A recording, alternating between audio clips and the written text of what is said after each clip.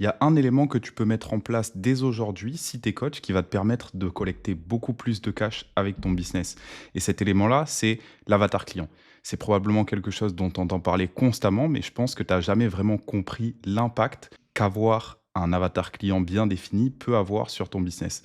L'avatar client, ça va te permettre tout d'abord d'être bien précis par rapport à qui est-ce que tu veux t'adresser. Un problème que je vois tout simplement dans la plupart des coachings que j'ai, c'est des gens qui se rendent compte qu'ils attirent pas nécessairement la bonne audience et en fait, ils attirent pas la bonne audience parce qu'ils communiquent pas de la bonne manière. Aujourd'hui, par exemple, si tu essayes de cibler des personnes qui ont de l'argent et que tu te rends compte que, par exemple, tu attires trop de débutants encore avec ton offre, c'est simplement parce que par rapport à tes choix de vidéos, que ce soit sur YouTube, que ce soit à ton contenu sur Instagram, et cetera, tu communiques encore, tu choisis des problèmes qui sont liés aux débutants. Si par exemple, aujourd'hui, j'ai une agence et que je dis comment signer tes premiers clients avec ton agence, forcément, tu vas attirer des débutants.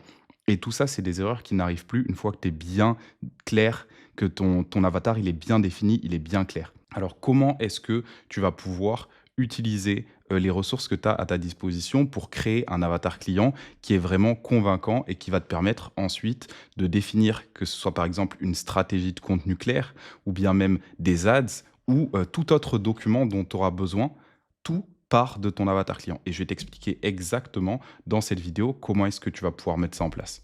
Donc le premier élément, c'est t'appuyer déjà sur les clients que tu as actuellement. Voilà, tes coachs ou autres. Aujourd'hui, dans ton business de coaching, tu as des clients, il y a des personnes qui t'ont déjà payé. Et parmi ces clients-là, il y a des clients avec qui tu as adoré travailler, soit parce qu'ils t'ont payé directement, disons, en pif, soit parce que, ils ont eu des très bons résultats ou ils t'ont recommandé, ils t'ont apporté d'autres clients. Ce que je te conseille de faire aujourd'hui, c'est de faire une liste où tu vas séparer tes clients en 2 parties. Un, tu auras les clients green flag et de l'autre côté, tu auras les clients red flag. Les clients green flag, c'est tous les clients qui t'auront payé en une fois, OK? Ensuite, par exemple, les clients avec lesquels tu as adoré aimer travailler, les clients qui t'ont fait des recommandations, tout ce qui est feedback positif et cetera, tous ces clients-là, tu vas les mettre dans la catégorie green flag. Ensuite, dans la catégorie red flag, tu vas mettre tous les clients avec qui tu as détesté travailler, ceux qui, par exemple, ont commencé à payer mais n'ont pas terminé de payer, ceux qui ont mis hyper longtemps à payer, tous ceux qui ont eu des défauts de paiement, ceux qui n'ont pas eu de résultats, et cetera. Et comme ça, en 2 catégories bien définies, tu vas pouvoir avoir des idées vraiment très précises de quels sont le type de personnes avec qui tu veux plus travailler et quel est le type de personnes avec qui tu ne veux plus travailler. OK. Une fois que ça c'est fait, tu vas prendre cette liste de clients green flag et tu vas voir quelles sont les similitudes, les similarités que ces clients-là partagent en termes de profil. Donc, ce que tu vas pouvoir faire, c'est utiliser tout simplement tes appels de closing pour déterminer, OK, quels sont les patterns que je peux identifier via mes appels de closing pour déterminer directement, OK, les caractéristiques psychologiques de ce type de prospect-là, mais également leur situation, et cetera, le type de problématique qu'ils rencontraient. Et tu vas faire ça pour tous les clients green flag. Ce que tu peux faire également, c'est que tu vas pouvoir utiliser les appels de closing que tu as eu, par exemple avec des prospects qui représentaient vraiment, on va dire, des prospects idéaux, mais que tu n'as pas closé. Tu vas récupérer les transcripts de ces calls-là et tu vas les analyser également avec l'IA et déterminer, encore une fois, des patterns qui se répètent avec ce groupe de clients-là. C'est ultra important. Une fois que ça c'est fait, donc tu vas prendre d'un côté les personnes que tu aurais pu closer, donc ceux qui représentaient ton avatar type que tu aurais pu closer, et les clients avec qui tu adores travailler.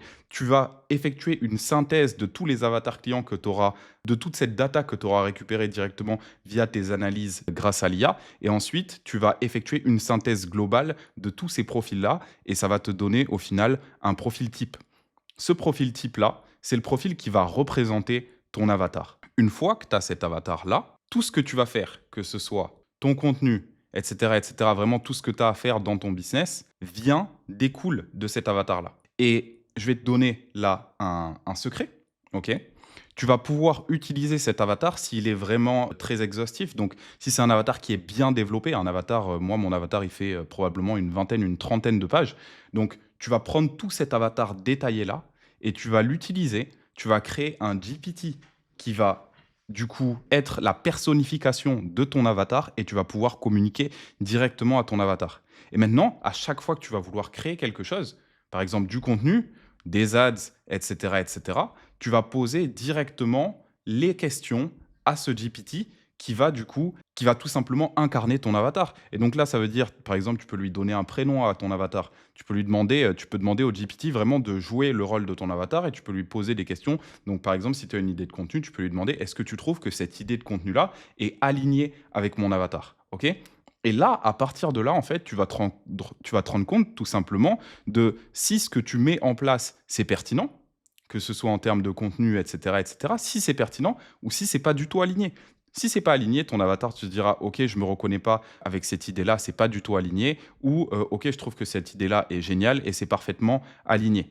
Et donc, d'ailleurs, si tu veux le prompt exact pour pouvoir mettre en place ce type de document-là pour ton avatar, c'est simple, rejoins juste mon canal WhatsApp où je te partagerai toute la valeur. Tous les jours, je te partagerai de la valeur sur des choses que tu pourras implémenter directement dans ton business et tu auras directement des répercussions en termes de cash collecté dans ton business. Donc, n'hésite pas à rejoindre.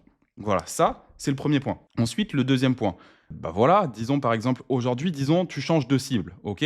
Ou tu jamais vraiment, tu bosses avec des clients, tu n'as que des clients que tu n'aimes pas particulièrement, ou tu n'arrives pas à attirer le type de personnes que tu veux attirer aujourd'hui, mais tu as quand même une idée claire enfin, tu as une idée globale de qui tu voudrais attirer. Ok, donc tu vas poser sur papier les caractéristiques de ces personnes-là. Déjà, aujourd'hui, si tu veux réussir à faire du cash, il va falloir cibler des personnes qui ont de l'argent. Forcément, si tu vas cibler des étudiants ou des personnes qui sont au chômage et voilà, et qui n'ont pas d'argent, qui n'ont pas d'épargne ou quoi, bah, ça risque d'être très difficile pour toi de réussir à les convaincre, par exemple, de te payer 10 000 euros parce qu'ils n'ont pas l'argent.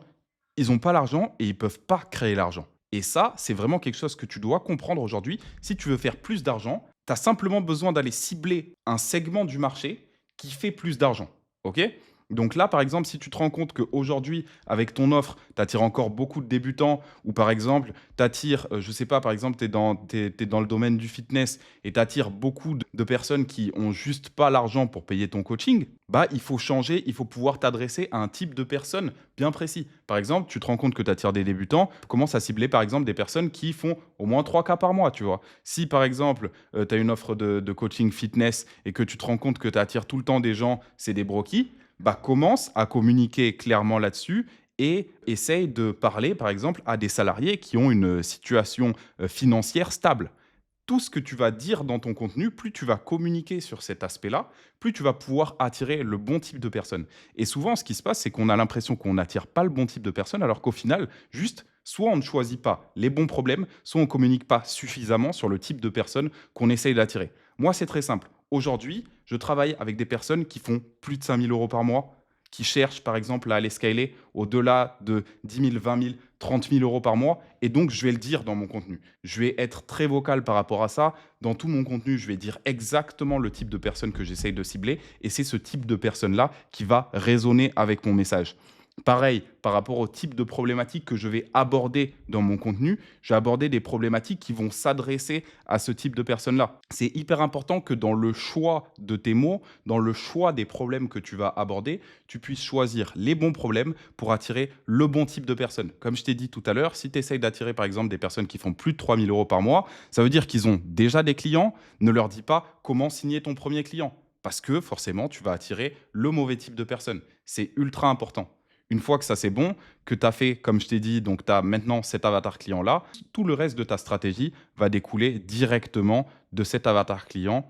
Et ensuite, on pourra en parler une prochaine fois. Également, pour affiner par rapport à cet avatar client-là, tu peux également mettre en place un formulaire d'onboarding où à chaque fois que tu as des clients qui te rejoignent, tu peux leur poser des questions par rapport à pourquoi est-ce qu'ils ont décidé de te rejoindre, quels sont les aspects, par exemple, dans ton contenu que eux ils apprécient, pour que toi, tu puisses également repartir et ajuster ça dans ta communication. Quand tu couples, du coup, cet aspect avatar client avec formulaire d'onboarding, c'est extrêmement puissant. Et du coup, plus les personnes te payent, plus tu as de data pour pouvoir créer plus de contenu ou même pouvoir communiquer de la meilleure des manières pour pouvoir collecter plus de cash. Voilà. En tout cas, j'espère que cette vidéo a pu t'aider. D'ailleurs, j'ai même pas pris le temps de me présenter. Je m'appelle Gilles. Principalement, je coach les coachs qui cherchent à scaler leur business à plus de 10, 20, 30 000 euros par mois.